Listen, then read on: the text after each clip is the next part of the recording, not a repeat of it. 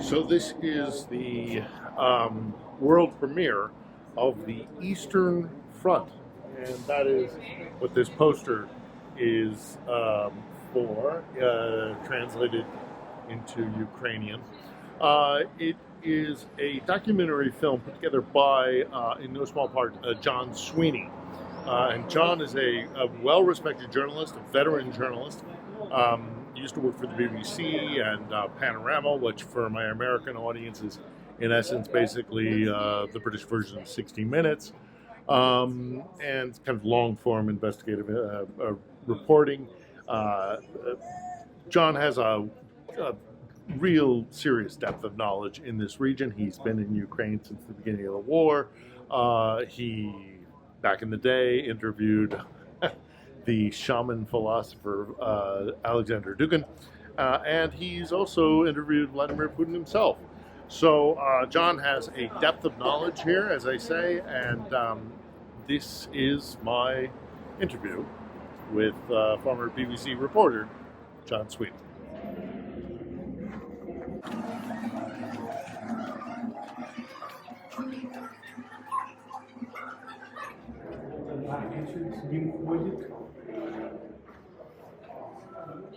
Aha! Oh, goodness.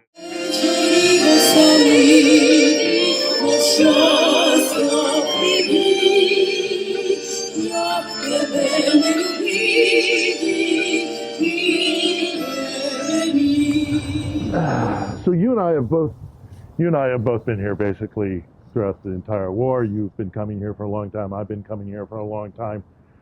How's the war been going so far for you? Good question. For me, it's exhilarating to be here. It's exhilarating to tell the story of ordinary, extraordinary Ukrainians and their courage under fire. I love living in Kyiv. Right now, we're in this beautiful park in Shevcehnko Park. It's incredibly beautiful. And this park has been hit on October the 10th by a Russian cruise missile. Mm-hmm. Thank God no children were playing, but it could have killed a whole ton of kids. It didn't. It did kill 5 people over there, because there were 2 rockets. One hit the playground, didn't kill anyone. The second rocket hit a traffic intersection just on the edge of the park, and it killed 5 people, including a cancer doctor, a woman, and her partner had been killed, I think, by the Russians, leaving her 5-year-old daughter an orphan. I remember. And so this park, for me, is very, very much part of the war.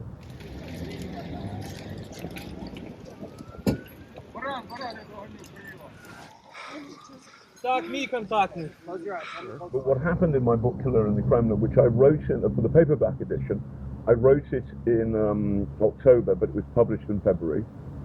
And it's also in the updated audio book.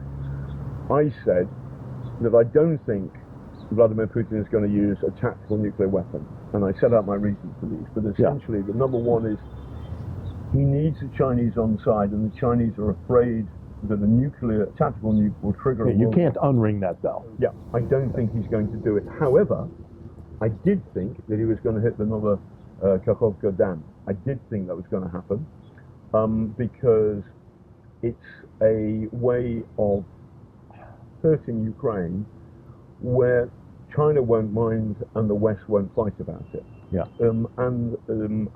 So I predicted that. All I want to say to Tucker Carlson is eat my shorts. Yeah. No. But the other thing is, why am I confident that the Russians did this? It's very simple. The witnesses say there was one explosion.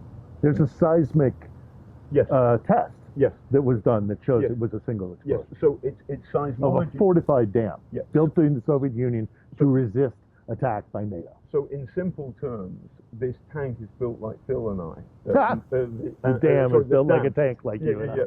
This dam is built like Phil and I. And therefore, I know I've been covering war since '88. So the Russian narrative is the Ukrainians shelled the dam. Yeah. Now, I know you cannot hit a dam that big and knock it down with one shell. You have to, you'd have to do it for something like 4 or 5 days. Sure. To get, now you could do it, but it would take a long time, and you would see the artillery. And there would pitching, be evidence. And there would be evidence that there would be sound. There is one explosion. One explosion means that the Russians did it with a mine attached to the dry side, the bottom dry side of the dam. You put some TNT there, you go bang, and Bob's your uncle. It was a single charge. Yes. You can't take down a dam like that with a single charge unless you have time to prepare it, place it perfectly. It wasn't artillery. They lie all the time. Yes. Why do we keep giving them oxygen? They lie. Now, so why am I doing this? Well, it's a question people ask me. You kind of already know the answer to this, but I'm doing this because of Donald Trump, of Tucker Carlson, of Nigel Farage, of people on the left and the right in the West who are the Kremlin's useful idiots, who buy the Russian lie. Yeah. And the Russian lie is, multifaceted. There is an enormous Russian lie factory, but the essential Russian lie is that Ukraine is a thing of evil. It's Nazi. Now, this is completely and utterly untrue. As far as the anti-Semitism and the Judaism, it's not just that Judaism is accepted here. They made Eid al-Fitr a national holiday for the armed forces. So Muslims are accepted here. Yes. This is a multicultural, multi-ethnic country which fascism deplores, can't handle. So this narrative, of course, I dispute. No, the truth is, so on the dam, the Russians did this because they knew that the Ukrainian army is about to do its big summer counteroffensive, and suddenly it's distracted because it's got to rescue Ukrainians who are in danger of drowning. Yeah. And this is the worst ecological disaster since Chernobyl. Yes. It's postulated. And it's massive. Yeah. And what you're looking at on videos is... It's like Katrina. Yes. But it's like Katrina, but the moment there is a rescue center, the Russians shell It's Katrina with an ongoing war. So, but what happens is the rescuers are being hit by artillery. That's what happens. Which is a crime. That's what it's a crime upon a crime. Yeah. So we call this, because we're old war reporters, we call this double tap. So what happens is you cause trouble, and then you go and hit the people who have come because to help the injured. There is an instinctual. You and I have seen it in war many times. I am sure. As awful as war is, and as often as war reveals the worst in us, oftentimes it also reveals the best in us. So the people who are running to the catastrophe of this flooding, trying to help their fellow man, which is an instinctual thing for many people, to try and help, to be good, to be beneficial, is now coming under attack because they're taking advantage of them. I saw it in Baghdad so many times. By the way, the Russian narrative is that Ukraine is Nazi. But the reality, this is the Russian lie. Ukraine is Nazi.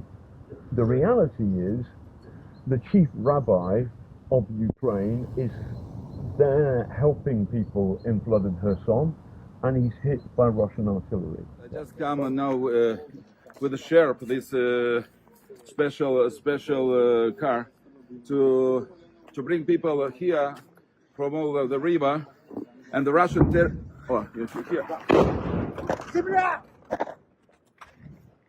Basically, the rabbi was hit by Russian artillery, and he's very light flesh wound. But for God's sake, leave the rabbi alone.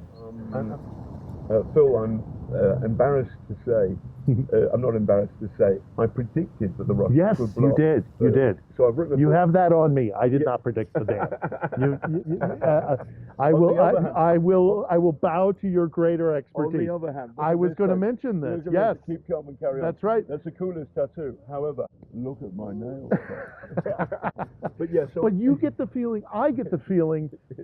For a Brit, we're both British. He doesn't like when I say I'm British, but I am British. I earned that passport. Listen to the voice, folks. Okay. All right. Settle down. Settle.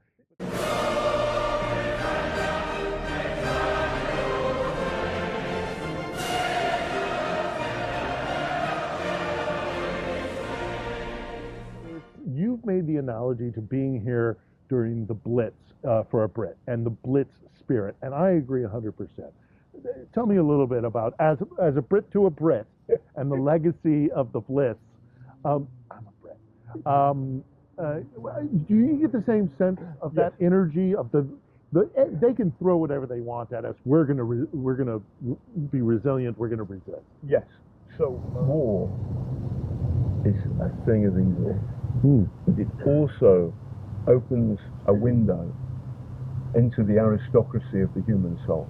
And I have seen ordinary, extraordinary Ukrainians behave with such courage in simple things like gestures, like words, like cups of tea, just as I would have seen had I been alive in London or Liverpool in 1940.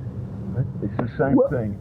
Kyiv 2022, Kyiv 2023, Kyiv now feels like I agree. What I've read about London in 1940. And I agree that the sheer fact of remaining human, remaining normal, laughing, giggling at all of this is in its own way is a form of resistance. And I find that so heartening and humbling that in the face of somebody trying to kill you with a missile, that you laugh. Yes. That is the strongest form of resistance I can think of. Yes. Every double rum and coke I buy, every sip of good Italian red wine that I pay for and drink with my Ukrainian friends is an act of defiance. Absolutely. Every time I make a Ukrainian laugh, by the way, so when you pay a bill here, you get two bills, one for the alcohol, one for the drinks. Taxation purposes. Yeah, and anyway, I always say to the waiters, because there's rumours that the oligarch Holomoisky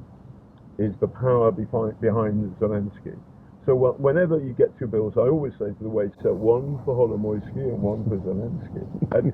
And they laugh, because this is Ukraine, this isn't Russia. Yeah. You crack jokes about Putin, and you end up in jail. Or worse. You can die. Yeah. You crack jokes about Zelensky and nothing happens to you. Hello, this is a democracy. I can remember there was one awful day. I went to the hospital and I found in the basement the kids who are on dialysis. So these are kids who've got serious problems with their liver and their kidneys, and they're yellow. And they're 12, 13, some of them are 5. There's a clown, and she's from Donetsk, of course, occupied by the first Russian invasion in 2014. She's from Donetsk, and there's this kid who's 14 who is resisting the clown's comedy because she's becoming a young woman, and she's smarter, and the clown's for little kids. And I'm talking to her, and the clown kind of sits between us, and I say to this young girl, "What's your name?" And she says, "Alyona." And the clown goes, Elon Musk?" But we both start laughing because it's genuinely funny. And I say, "You're good," to the clown, and she says, "Wait, I haven't started." And then she gets all the little kids really laughing their heads off. And Phil, I'm wearing a surgical mask because these kids are vulnerable, and I'm in the basement of a hospital, and I start crying. I'm crying now because I'm remembering this, and I'm grateful for the mask and my glasses because I'm crying my fucking eyes out. And I'm crying my eyes out not because I'm seeing a dead kid. I've seen that with my own eyes. I'm seeing happy kids who have got something terribly wrong with them, who know that if they leave their machines, their dialysis machines, they may die. But if they stay in the city, the Russians may kill them. Mm-hmm. They may die. And their poor mums and dads are stuck with this dilemma. What do we do? And they've got other kids who are healthy. What do we do with them? There is something beautiful about Ukraine's fight back. And it is a fight back. So, but also... It's a privilege to be here. It really is. It's a privilege to be here, but also I want to fight this secondary evil. The primary evil is the monster in the Kremlin and the Russians who support him. So the reason I'm on Ukraine's side is because I am on the side of people who run towards people who are in trouble. I'm on the side of people who crack jokes and feel very comfortable cracking jokes about those in power. I'm on the side of people who want to debate and argue and have a conversation about stuff. I'm on the side of people who care about other people and believe in common decency and the rule of law and democracy. 4 points. Vladimir Putin doesn't believe in any of those things. No. Nor do his fascist supporters in Russia or his fascist supporters in the United States or Britain or wherever. The point is that I know good Russians, and I'll tell you 3. Anna Politkovskaya, Natasha Estemirova, Boris Nemtsov. In order, poisoned, then shot, shot. 4th, Alexei Navalny, poisoned, now in jail. So if you stand up for common decency, you stand up for the other, you stand up for the... In Russia. In Russia. You know, you're going to end get up dead. Yeah. And 3 of my friends, my Russian friends, have been killed. Yeah. And they were all critical of Vladimir Putin. Yeah. And I met Dugin, Alexander Dugin, who is the intellectual. Who's also mad as a hatter, by the way. And he's a fascist. Yeah, he's a fascist. And he also believes in the whole in the inner earth belief. I mean, have you ever read his book? I finally got my hands on Fourth Political Way, which is his manifesto. In essence, it's very difficult to get in English, by the way. Have you got a copy of it? I have a copy of it, yes. And if you read it, 75% of it is concerned with, Panmunjia and the inner Earth conspiracies. And also, but, you know, he was he's cuckoo for Cocoa Puffs, man. I saw Dugin, your interview with Dugin. So the thing, he ran away from you. Yeah, well, so Alexander, he called me a racist, and I said, tell me, what does the murder of Boris Nemtsov tell us about the health of Russian democracy? And you said, you think Putin killed Nemtsov? And I go, he was critical of Putin. I said, and then Dugin goes, well, so what about WikiLeaks? And I go, Julian Assange, he's dead, you see. And he said, this is stupid conversation. And he throws down the mic and runs away. And then afterwards, I get followed, every time I go to Russia from then, I get followed by the secret police, all the time, constant harassment, like the Church of Scientology, but unlike the Church of Scientology, you can end up dead with these guys. And unlike the Church of Scientology, there's a state that is backing. Yes. So the point is that this secondary threat from Russian fascism's useful idiots is something that I find incredibly difficult to understand. Yeah. Why are they lying in this way?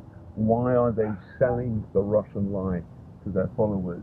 And their followers, there's millions of them, and so there are many of these people are good people who, if I sat down with them, I'd like them, and we'd have fun, and we'd have a drink, we'd have a coffee, whatever.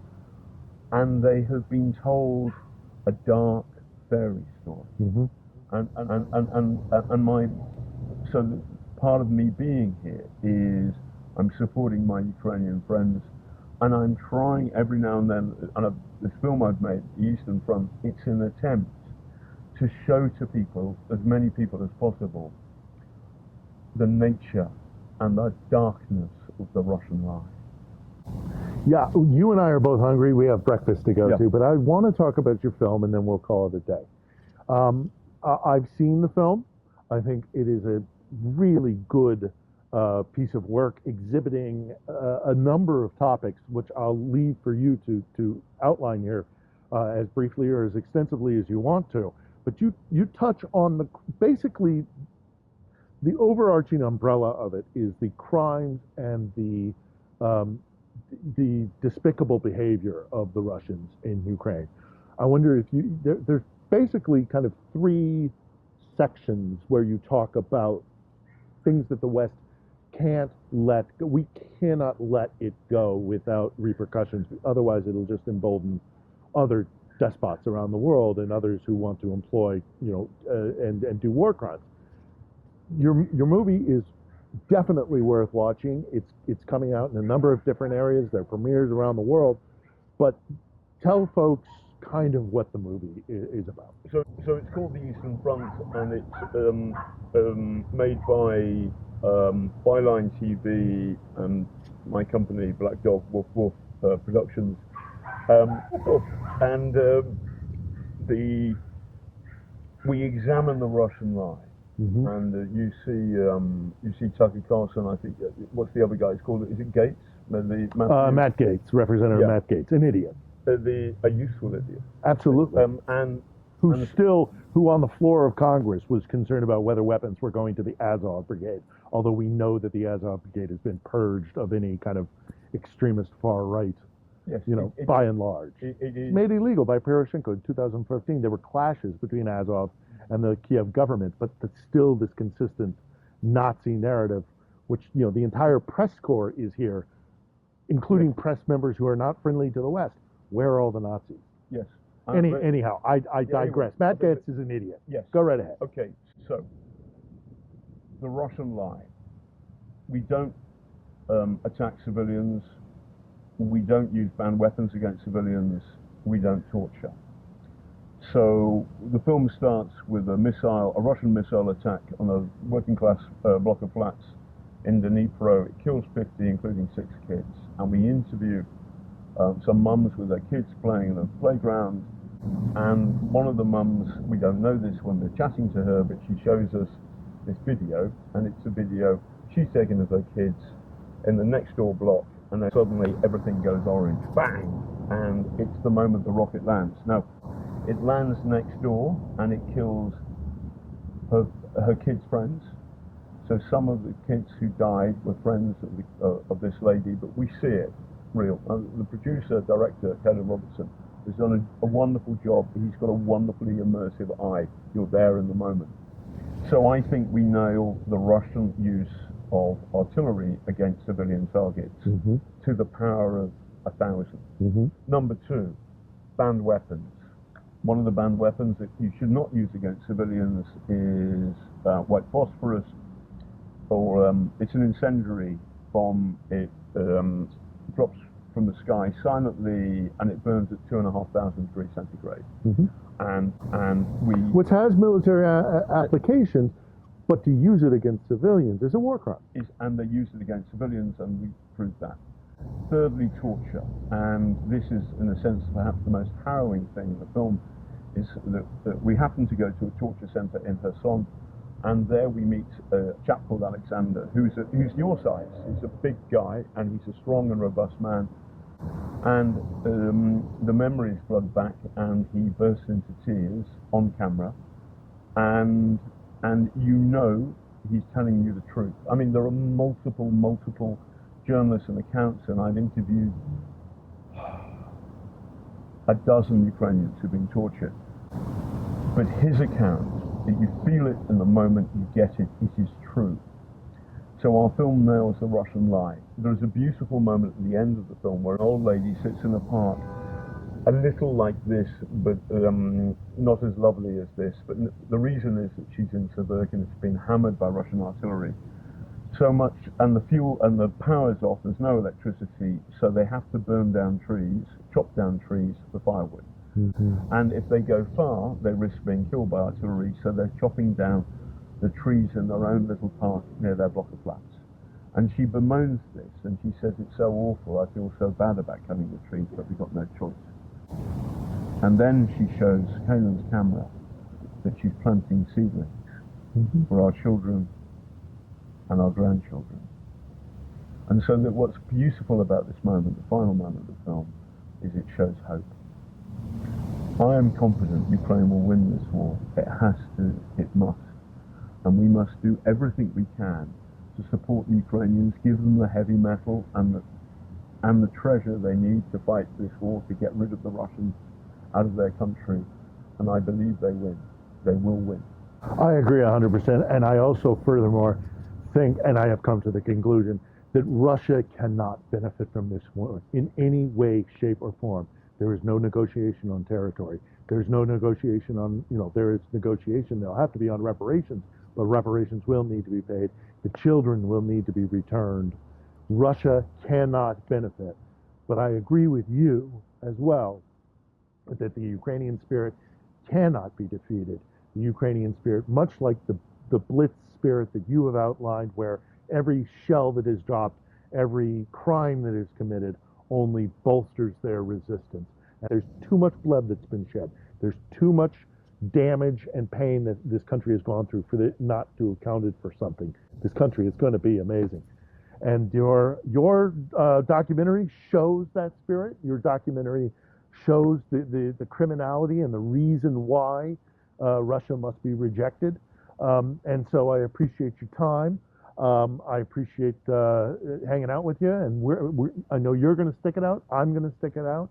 And as soon as you can get access to the Eastern Front, I wholeheartedly, if you're in LA, San Francisco, London. And also you can watch it online. You just go to the And the Byline download. website and put in the Eastern Front. Do check it out. And it costs £3 or whatever that is. Like $5, Yeah. roughly.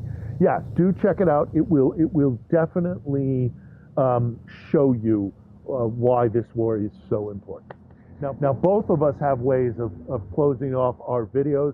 Those of you who watch my vlogs know that I tend to end it with the ubiquitous, and you'll know this as well, Slava Ukrainia. Aram Slava. And then if you are in a workplace, this is not safe for work material, but John, as my guest, will get the last word here, and he likes to close out his videos with and we'll do a countdown, 3, 2, 1. I have a simple message for Vladimir Putin. Do fuck off. Thank you, John. There we go. Good, lovely.